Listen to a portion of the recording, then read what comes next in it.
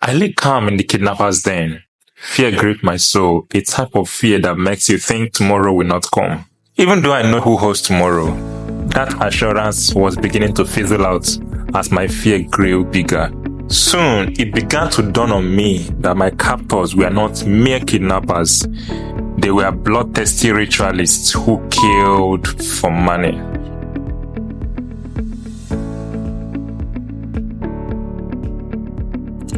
The signs were everywhere, clear and unmistakable.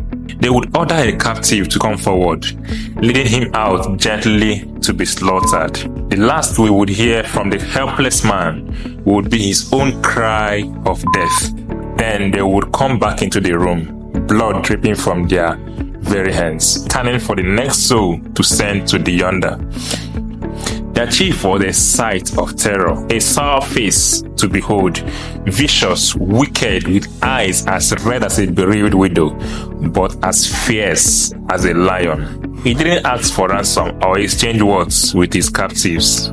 It seemed his sponsor paid him well, and his only duty was to steal, to kill, and to destroy, an act he had so well perfected. "Come forward," he ordered. I looked up, realizing with horror that he was pointing at me. Fidgeting, I stood, my heart pumping harder. Yet, in that terrifying moment, a strange boldness overtook me, a force that seemed to come from another world. I looked into the man's eyes and asked him a question that none of the other captives had dared to ask. "Who paid you?" My voice echoed in the silence. He stared at me, eyes narrowing as if he hadn't heard clearly. So I pressed further, my voice steady. "Who paid you for my head, sir? My life is worth billions, and I know you were not paid enough." "Who are you?" he thundered, bewilderment flashing across his face. "I am the son of my father. He owns these estates, not just here, but others across the country and beyond. He takes in children from the streets and makes them rich. Even a slave is to his satisfaction in my father's house. And my big brother, he never plays when it comes to me. He would go any distance, cross any boundary, pay any price to have me safe with him. The last time I was taken captive, my brother paid my ransom. My captors couldn't believe it.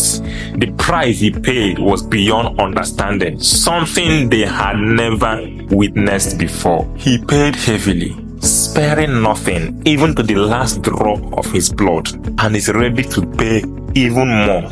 But the price he had paid the last time was for this lifetime and the one to come.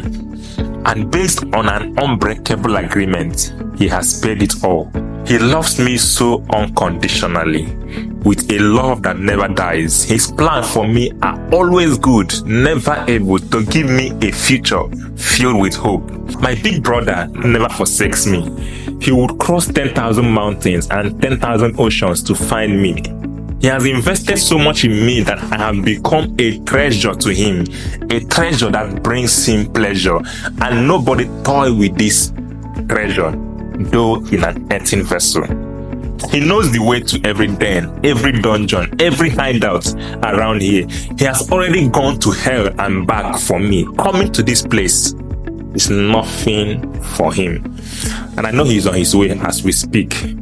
But I must warn you, dear kidnapper, he loves me so fiercely, so jealously, that he may not spare you when he arrives. His love is tender, but his wrath is a consuming fire.